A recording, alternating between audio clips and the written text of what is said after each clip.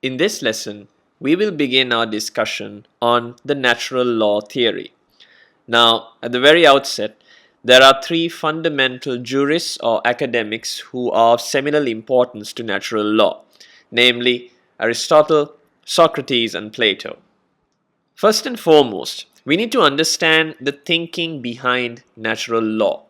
Now, this could be considered as one of the fundamental or the inception points of proper legal jurisprudence. As such, the thinking behind natural law, be it in terms of Socrates, Plato, or Aristotle, was basically that there is a connection which exists between law and morals, and that law must be both just and fair. Now, what this meant in turn was that natural law theorists or jurists believed that because laws or because jurisprudence was supposed to be encapsulated in morals and because it was supposed to be just and fair, man-made law must conform to a higher principle of right conduct, which is discoverable through reason. Now, later on, when we discuss natural law, you'll understand how this at one point got shifted into a very religious aspect because we consider these higher principles. Evidently, because of this, you could see that the concept varies from person to person, time to time, and more importantly, place to place as well. Natural law theory developed over time, and we can consider or discuss this concept of jurisprudence under four seminal or four primary limbs. Firstly, the classical period, the Middle Ages, the Renaissance, and the modern period. So let's look at each individual period of time separately. Firstly, the classical period was dominated by the ancient Greeks and the Romans. Socrates, for instance, had considered natural law theory or jurisprudence as having been a product of correct reasoning. You could see this being expanded on by Aristotle, who considered that it's a universal and immutable standard discoverable through reason, and man-made law should conform to these higher standards. You'll notice that it's at this point that you will see a tangent and a shift taking place as you move forward.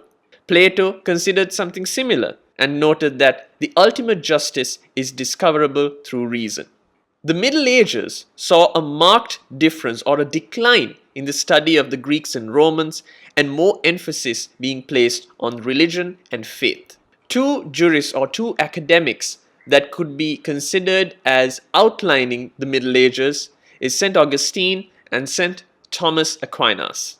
In De Civitas Dei, St. Augustine noted, "What are states without justice but robber hands enlarged?"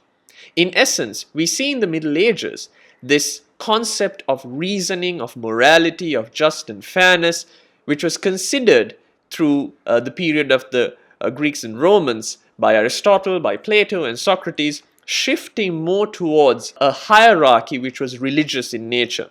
So in St. Augustine's De Civitas Dei, you'd note that he considers religion as being paramount to that of reason. This doesn't mean that reason took a back seat. On the contrary, it creates a situation where religion is said to be the reason or the higher power. St. Thomas Aquinas, on the other hand, considered that unjust laws deserve no obedience. He noted that man can find natural law by applying reason and studying scriptures of revelations of God. Now, what must be considered at this point of jurisprudential thinking is that time had moved on to a point where religion played a major part of not just laws but also society at large.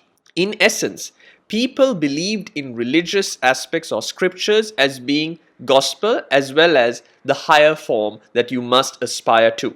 The contribution in that sense is that what Thomas Aquinas managed to do was, rather than looking at it holistically or solely in the context of religion, he tried to harmonize the teachings of the Greek philosophers before him with the beliefs of the Catholic Church.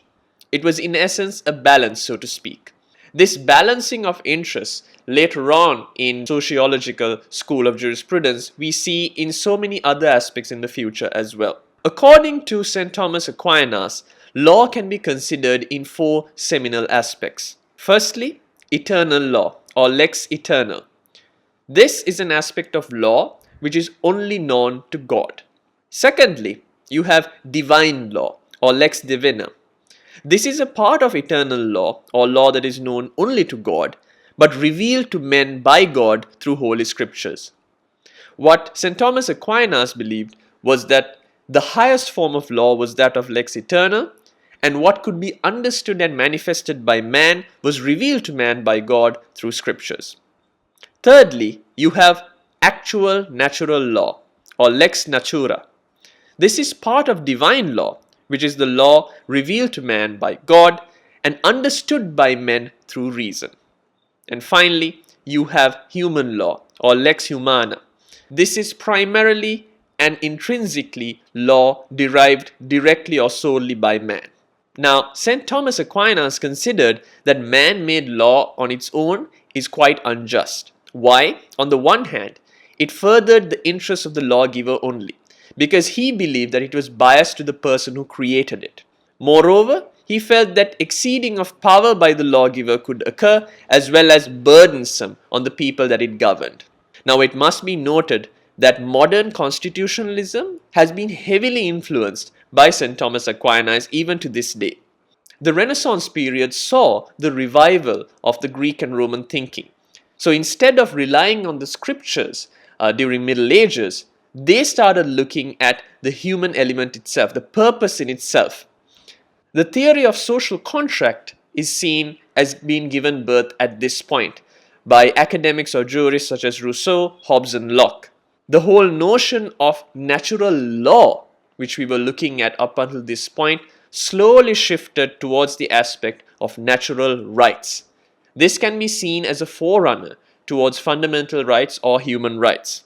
This, in essence, brings us to the modern period, or that which we see in the 19th century. Fortunately or unfortunately, the whole premise and the concepts of natural law, seen originally from the Greeks and Romans to the Middle Ages by St. Augustine and St. Aquinas, to that of the Renaissance period where the Greek and Roman thinking started to proliferate and come back or revive itself by way of Rousseau, Hobbes and Locke, saw a decline primarily due to scientific knowledge which was now more prevalent, as well as different people using natural law for different ends.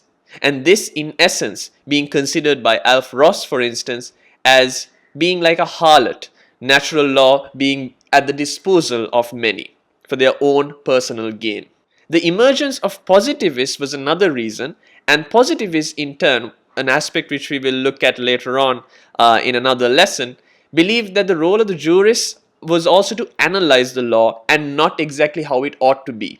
However, following World War II, for instance, natural law again gathered some acceptance because of the atrocities that happened during that time by Nazi rule. You could see a real-world shift in thinking with the Universal Declaration of Human Rights, for instance. There have been a number of contributions to jurisprudential thought by way of natural law. First and foremost, it has played an important role in establishing moral concepts such as pacta sunt servanda, or for instance, agreements are to be honored. It has inspired the formation of democratic constitutions in the modern world, such as that of the US and France, for instance, and aspects of fundamental or human rights have been encapsulated, especially following the Nazi regime as well as the atrocities of World War II. Principles of equity have been developed through that of natural law. Things which are strict or laws which are strict in the essence of common law have been shifted quite primarily in equity by virtue of natural law precepts. For instance, the Lord Chancellor in the UK at one point of time intervened to reduce these harshness. Development of natural justice, or for instance concepts such as audi alteram partem and nemo judex in causa. These aspects have primarily come into the forefront of jurisprudential thought and legal systems, in essence because of natural law thinking and the jurists that propounded it. That was a quick outline of natural law or the school of natural law thinking. In the next lesson, we will begin our discussion on the seminal and fundamental aspects of positivism. Thanks a lot for watching this video. Click on a subject of interest to learn more.